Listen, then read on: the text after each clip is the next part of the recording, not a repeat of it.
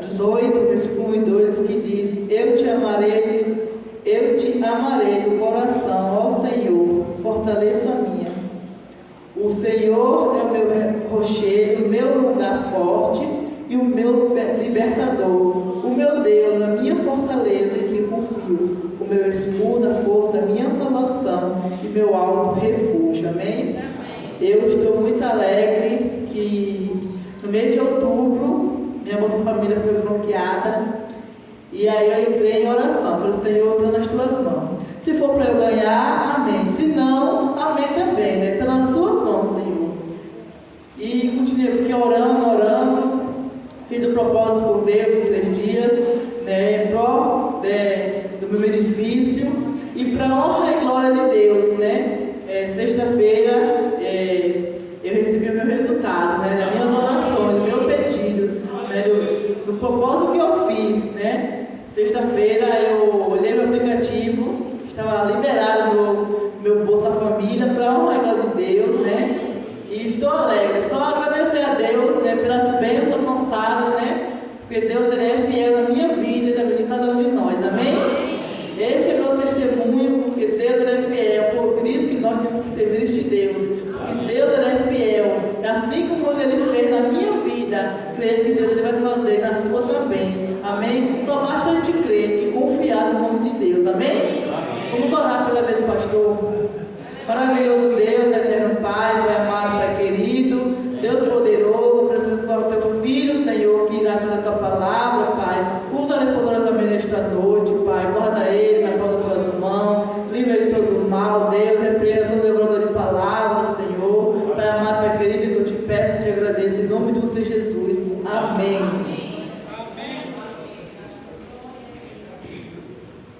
Glória a Jesus, amém, irmãos? A nossa irmã Rose, ela está fazendo convite à igreja para o batismo dela dia 17, né, irmãos? 17 agora. Deixa eu ver aqui as informações. Dia 17/12, na Bíblia da Igreja Batista, sede em Alagoinha, Bahia. É a segunda igreja ou a primeira? Primeira igreja, amém? Que Deus abençoe a vida da irmã, que você se firme e que Deus possa te dar crescimento espiritual, amém? Tem algum microfone aberto aí? Som? Pronto. Irmãos, abra a sua Bíblia no Evangelho de Marcos, Marcos capítulo 10, 17 ao 31, amém? Deus, Ele tem uma palavra para o meu e para o seu coração. Amém. Hoje falarei do encontro de um jovem rico com Jesus, abordando a necessidade de renunciar aos bens da terra para alcançar a glória eterna. Amém? E o título dessa pequena mensagem de hoje, a pergunta que todos devem fazer, o título é esse: a pergunta que todos devem fazer a Jesus, que eu tenho que fazer para ter a vida eterna. Quem aqui nessa noite deseja ter a vida eterna? Amém. Levante a mão para cima. Amém. Então você vai saber o que você precisa fazer. Amém? Marcos 10, verso 17.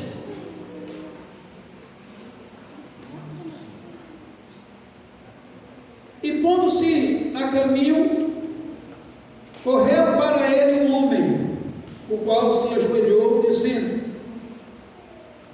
ao qual se ajoelhou diante dele e lhe perguntou: bom mestre, que farei para herdar a vida eterna?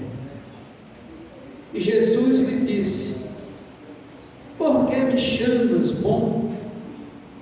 Ninguém há bom senão um que é Deus. Tu sabes os mandamentos? Não adulterarás, não matarás, não furtarás, testemunhos, não defraudarás alguém, honra a teu pai e a tua mãe. Ele, porém, respondeu e lhe disse: Mestre, tudo isso guardei desde a minha mocidade. E Jesus, olhando para ele, o amou e lhe disse: falta-te uma coisa, vai e vende tudo quanto tens e dá aos pobres, e terás um tesouro no céu, e vem e segue-me. Mas ele, contrariado com essa palavra, retirou-se triste, porque possuía muitas propriedades. Então Jesus, olhando ao redor, disse aos seus discípulos: quão dificilmente entrarão no reino de Deus os que têm riquezas. E os discípulos se admiraram destas suas palavras, mas Jesus, tornando-o a falar, disse: filhos, quão difícil é para o que confia nas riquezas entrar no reino de Deus. É mais fácil passar o camelo pelo fundo de uma agulha do que entrar no reino de Deus. E eles se admiravam ainda mais, dizendo entre si: quem poderá, pois, salvar-se? Jesus, porém, olhando para eles, disse: para os homens é impossível, mas não para Deus, porque para Deus todas as coisas são possíveis. E Pedro começou a dizer: eis que nós tudo deixamos e te seguimos. E Jesus respondeu e disse: em verdade eu vos digo que ninguém há, e tendo deixado casa, ou irmãos, ou irmãs, ou pai, ou mãe, ou mulher, ou filhos, ou campos, por amor de mim e do Evangelho, que não receba 100 vezes tanto, já neste tempo, em casas, irmãos, e mãe, e filhos, e campos, com perseguições, e no século futuro, a vida eterna. Amém. Porém, muitos primeiros serão derradeiros, e muitos os derradeiros serão os primeiros. Pai, em nome de Jesus Cristo, nos ajuda a compreender o plano que o Senhor preparou para todos nós de salvação. E que por meio desta palavra, o Senhor possa falar de uma forma profunda em nossos corações. Que o Senhor possa ministrar nos corações dos amados ouvintes e dos amigos que nos visitam nesta noite. Toca no coração, Espírito Santo, e faz a tua obra. Amém, Jesus. Em nome de Jesus. Amém? Amém. A pergunta que todos devem fazer: o que eu tenho de fazer para ter a vida eterna? Louvado seja Deus. Este jovem rico, a Bíblia diz que ele era rico, ele tinha muitas propriedades, mas ao ver Jesus, ao se encontrar com Jesus, ele certamente, por ser uma pessoa religiosa, que a própria Bíblia já deixa claro que ele era um homem religioso, ele guardava os mandamentos de Deus, ele tinha nascido numa família cristã talvez, ele tinha o conhecimento dos mandamentos de Deus, mas ele não se sentia salvo, porque só em guardar os mandamentos não dá direito à salvação. Mas ele queria mais, ele queria provar daquilo que ele tinha ouvido Jesus pregando.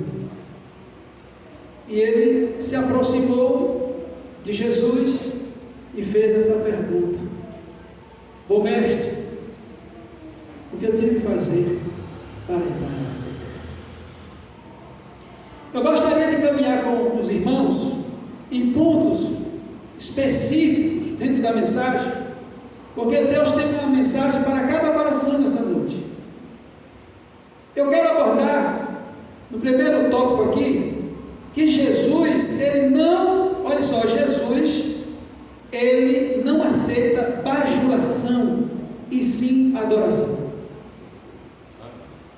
Primeiro ponto que eu quero abordar na mensagem: Jesus não aceita bajulação, e sim uma verdadeira adoração.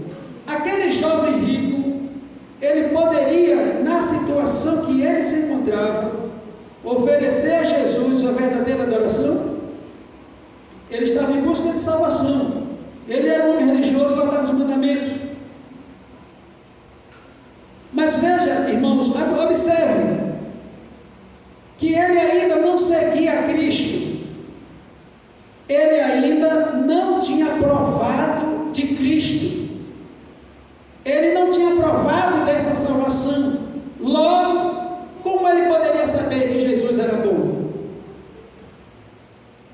Como você pode saber se Jesus é bom ou não para a sua vida, se você nunca provou dele?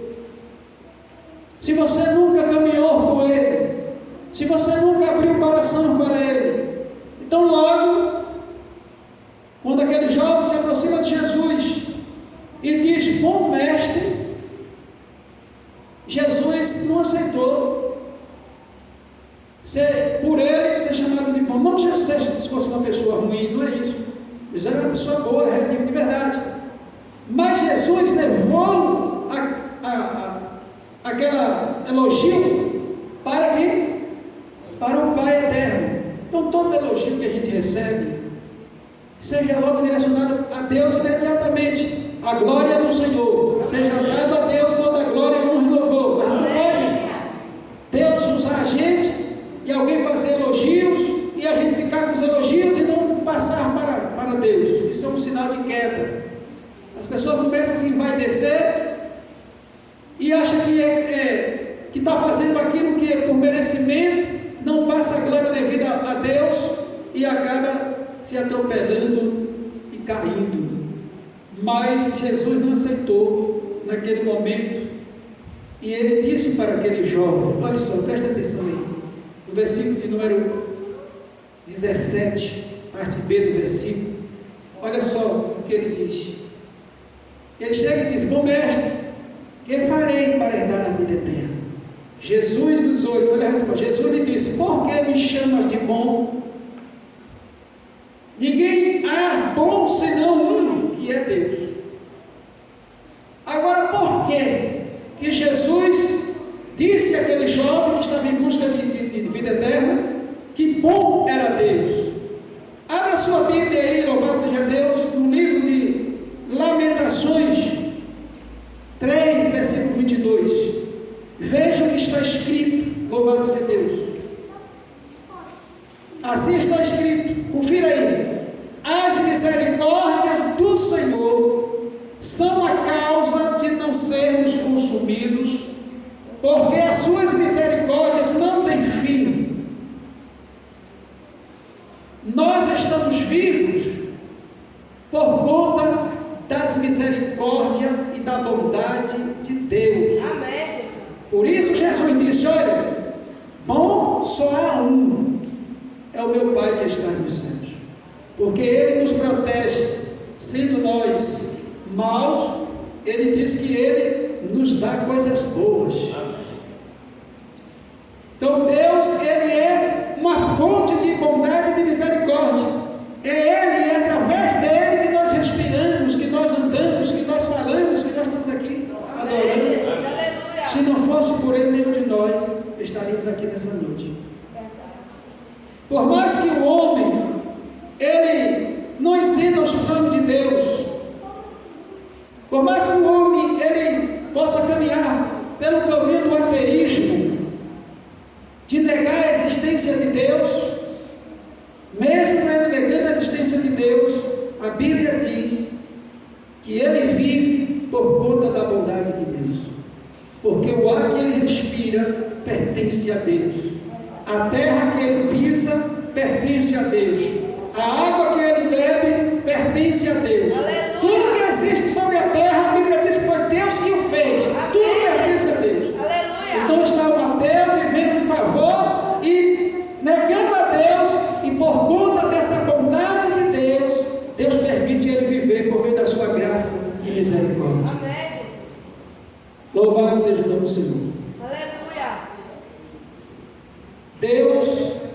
Israel.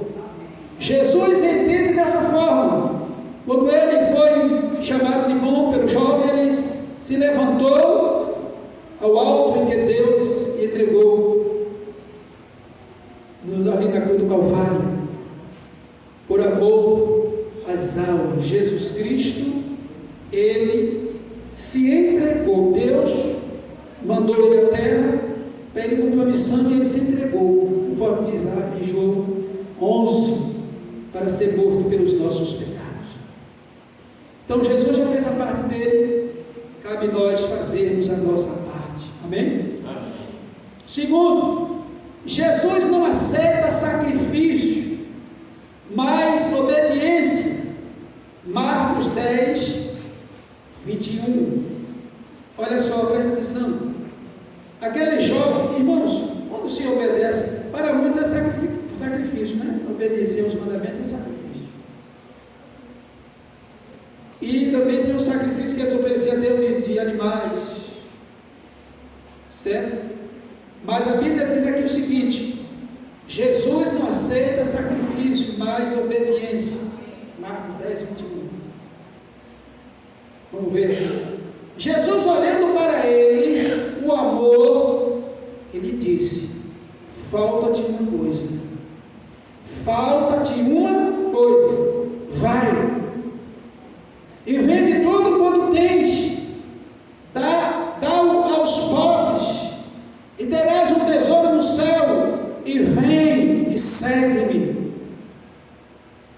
Jesus, escute bem, foi o jovem que procurou Jesus, não foi Jesus que procurou o jovem. Se você está em busca de salvação, essa é a resposta de Deus para você nessa noite. Quando ele disse que guardava os mandamentos, Jesus, que é conhecedor do homem, ele sabe o que a gente faz, ele nos conhece por dentro e por fora. Jesus logo observou naquele jovem que faltava algo, que ele precisava se desfazer, porque esse algo que ele precisava se desfazer era exatamente o que ia impedir ele de ter a salvação tão desejada. E aí entra a questão que Deus não se agrada de sacrifício, mas de obediência. Jesus deu o que àquele jovem? Jesus deu uma ordem: vá. Se ele fosse obediente e obedecesse o que Cristo tinha mandado, ele tinha tido a salvação tão desejada. Mas ele não obedeceu. Ele não obedeceu. Então qualquer sacrifício que nós apresentamos a Deus sem obediência, para Deus não é válido. O que vale é você obedecer às ordens de Cristo Jesus. Louvado seja Deus. E este jovem provou que ele não estava preparado para obedecer às ordens de Jesus. Você tem obedecido às ordens de Jesus? Louvado seja Deus. Às vezes Deus nos pede tão pouco, e às vezes tão pouco que Deus pede para a gente tem atitudes como esse jovem. Mas eu quero, irmãos, poder dizer algo aqui. Jesus nos oferece uma condição de sermos ricos, não de bens desta terra, mas das riquezas permanentes para sempre. E aquele jovem, ele ouviu o que Jesus disse, não teve condição de desfazer e nem creu na promessa. Ele preferiu ficar com o que ele tinha ajudado aqui na terra. Só que, presta atenção, tudo que nós temos nesta terra, nós não vamos levar. E você quer ver mais outra coisa? Se Deus nos chamar nessa noite, tudo fica para trás. A gente não sabe o dia que a gente vai partir. Eu vi um vídeo na internet, e eu vi esse vídeo mostrando, né? Tem uma música que fala da chamada, e as pessoas conversando quando eu estou aqui normalmente, de repente só vejo as pessoas caindo do lado do outro, morrendo de infarto. Pessoas se palestrando.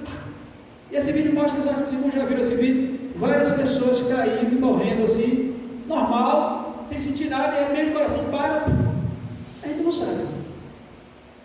Eu acho até que é uma morte decente, que morte boa, o cara está assim, caindo, oh glória, que Deus tenha misericórdia de mim, que seja dessa forma, que assim é melhor, em vez de ir para o hospital, ela é sofrência, o hospital é para desobediente, ficar lá sofrendo, não é brincadeira.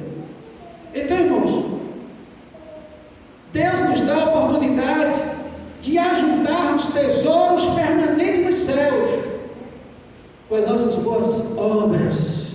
Ele diz que no céu, as obras que a gente faz para Deus dentro do reino dele, o ladrão não pode roubar, a traça não pode corroer e nem a ferrugem pode comer. Mas o que nós conseguimos aqui na terra,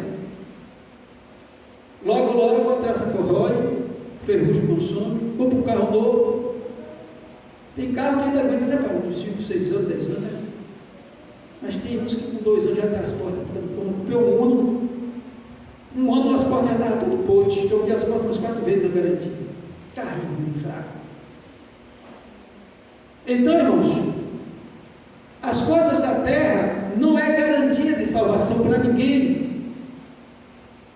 Às vezes as pessoas acham que estão seguros. Não, eu tenho. O que eu tenho dá para eu sobreviver.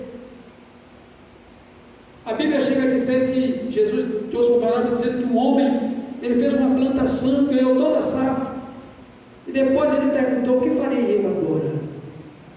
Diz que já que o meu celeiro é pequeno, já sei, vou derrubar o celeiro pequeno, farei um maior, vou sacar toda a minha mercadoria. Depois que ele pegou uma rede, colocou lá de uma ponta para a outra, deitou na rede, balançou do lado para o outro, disse: agora minha alma, tu tem de folga, come, bebe e folga. Só um detalhe, que esse homem, ele não pensou em ninguém, ele só pensou nele próprio. Ele não pensou em ajudar ninguém com a safra que ele ganhou. Ele disse que ia juntar. Isso é um sinal de pessoas avarentas, que trabalham por ajuntar dinheiro e vê a pessoa morrendo do seu lado e não tem a coragem de abrir a mão e abençoar a pessoa que está do lado, que está morrendo, precisando de ajuda. Sinal de alvareza no coração. E quando ele, e outra coisa, o dízimo e a oferta, Deus permitiu que contasse aqui na Bíblia, é para curar o nosso coração avarento. Uma coisa é você às vezes se atrapalhar, e você, uma vez ou outra, você vai impedido de dar o dízimo, mas uma coisa é ser infiel no dízimo, não acreditar, apresentar Deus pela metade, ou não dar mesmo por alvareza. Porque se eu der, vai faltar na minha mesa. Já faltou, ou em algum momento vai faltar. O dízimo é para Deus curar o nosso coração da alvareza. Veja que este homem, ele foi impedido de entrar no reino de Deus por conta da alvareza que estava no seu coração. Então deixa Deus fazer o processo da limpeza, se quer entrar na vida com Deus. Louvado seja o nome do Senhor. Olha só, irmãos, para concluir aqui esse tópico de número 2, do livro de 1 Samuel 15 e 22, se você quiser ler, abre isso e veja o que está escrito. Está escrito: Deus não tem prazer em holocaustos e sacrifícios, como em que se obedeça a palavra. Vou repetir mais uma vez, marque na tua Bíblia: Deus não tem prazer em holocaustos e sacrifícios, como em que se obedeça a palavra. Você é obediente à palavra de Deus? Tem sido obediente?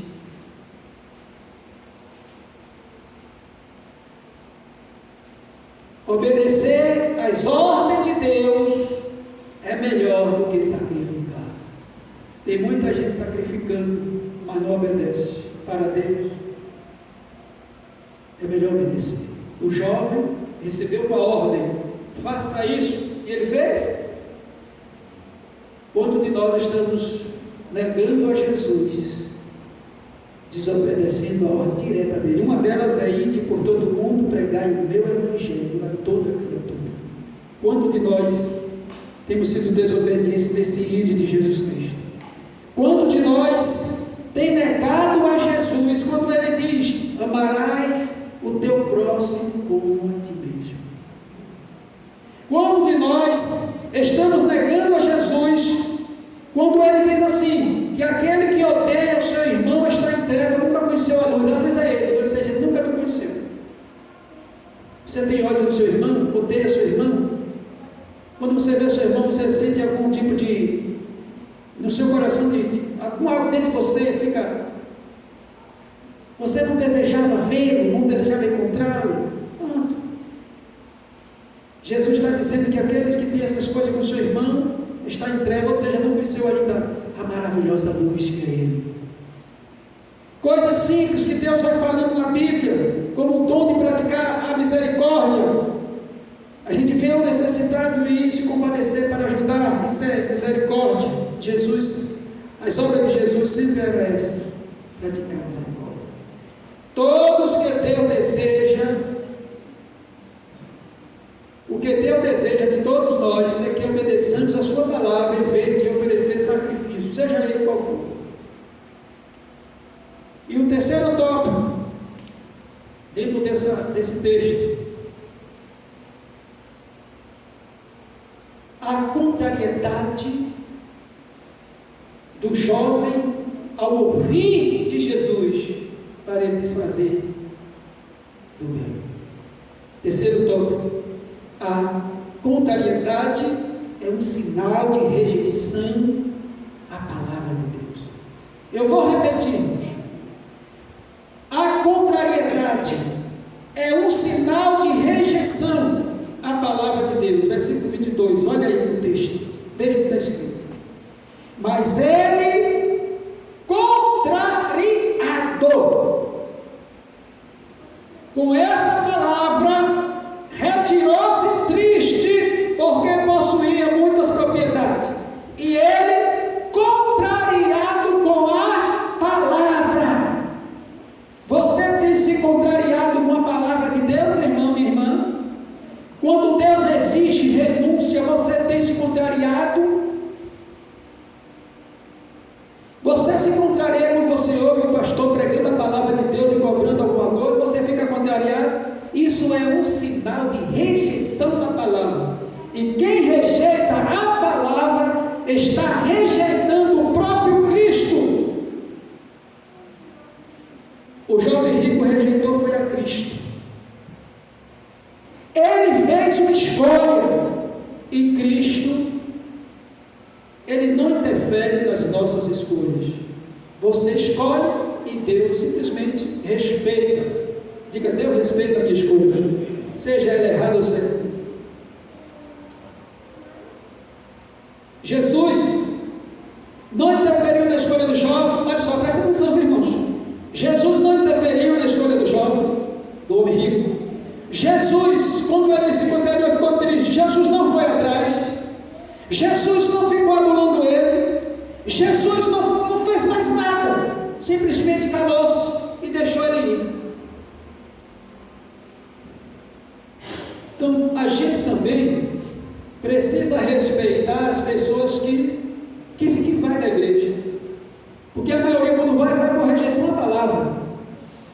Porque não aceita a doutrina de Deus, o ensino da palavra. E quando chega em alguns pontos que Deus requer a renúncia, as pessoas simplesmente se levantam. Quando se levanta contra Deus, se levanta contra o líder. E o sinal de contrariedade é rebeldia a Deus e a sua palavra. E aí a gente faz o quê? Vai ficar adulando, correndo atrás. Ô bichinho, por que tu saiu? Vem cá. Não, irmão, não existe isso não. No fundo, não é as pessoas. A pessoa está rejeitando a Deus, está dizendo assim: ó, para mim é difícil seguir isso aí, para mim é difícil fazer o que o Senhor está pedindo. Entendeu? Então tem muita gente hoje que não segue a Jesus porque sabe